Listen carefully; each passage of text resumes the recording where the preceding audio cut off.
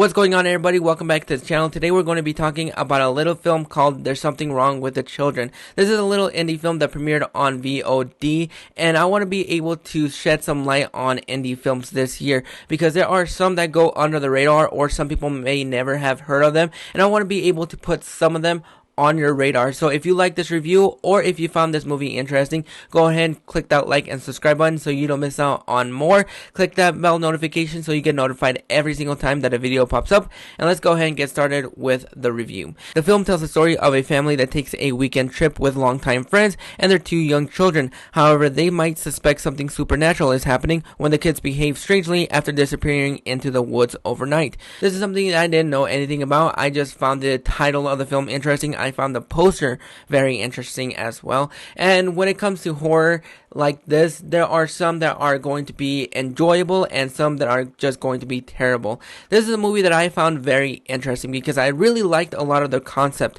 about this movie that was really unnerving and very creepy. It was also another proof of concept that I really never want to have kids because kids are creepy. I'm pretty sure that's what my parents said when I was about 5 years old and they wanted to drop me off at the fire station.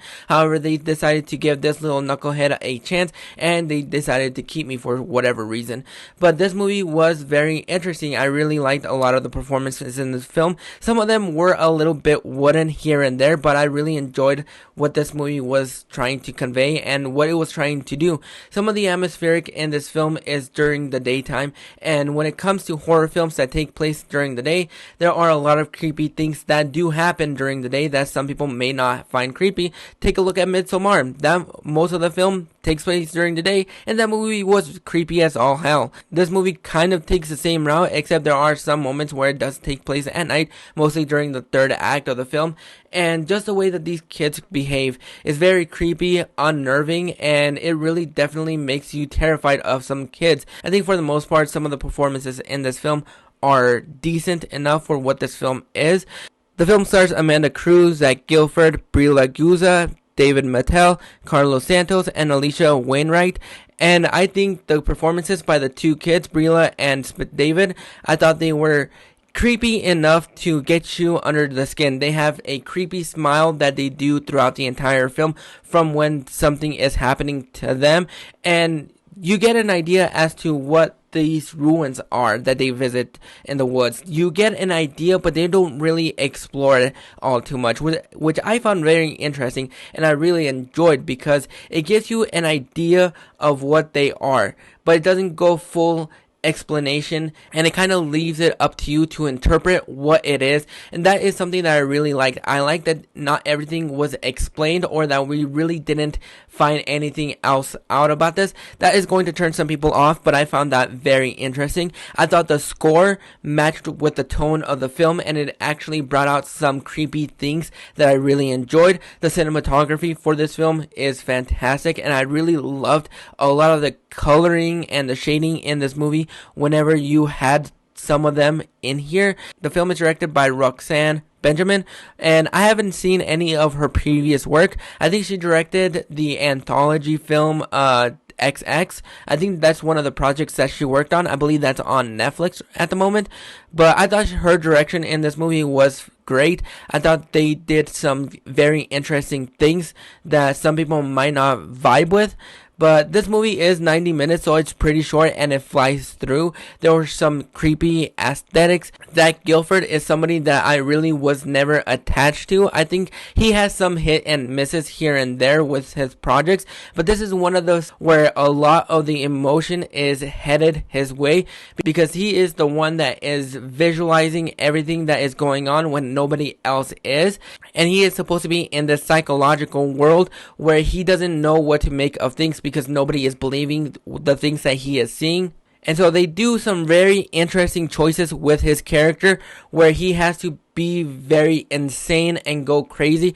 I thought that worked very well. I thought this is one of the best performances that he has, if not the second best, because there are a couple of other performances that he has had that really even though it doesn't go to this extreme, he really has to be in a psychological world. And for half of this film, it really goes from a horror film to a psychological film where you are trying to visualize what he is going through.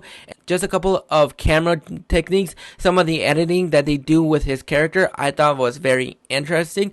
And even though they don't really get a lot of screen time, I wasn't the biggest fan of Amanda Crew in this film and her husband, played by Carlos Santos.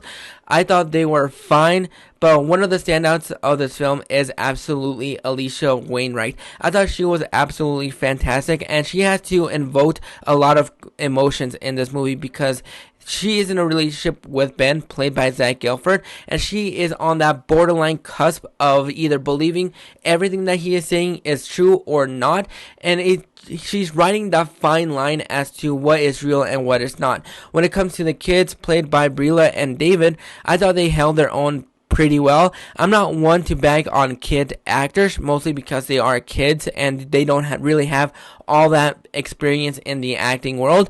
But what they were supposed to do in this movie, making you feel uneasy, giving you a creepy smile, I thought they worked to a very great effect. And if they want to cast these kids in Smile too, I'm going to be able to go for it because they had the best smile in this film.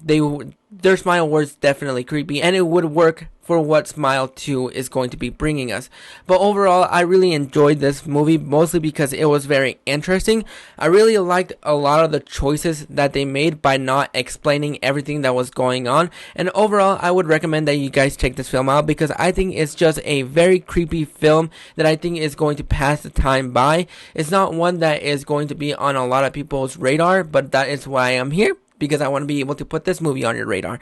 And I think you might be able to enjoy some of it. It's definitely not going to work for a lot of people. This is a very low budget indie film.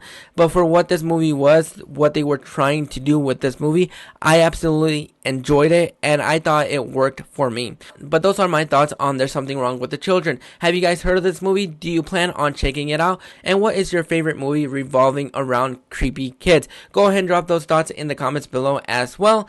And I'll catch you guys on the flip side.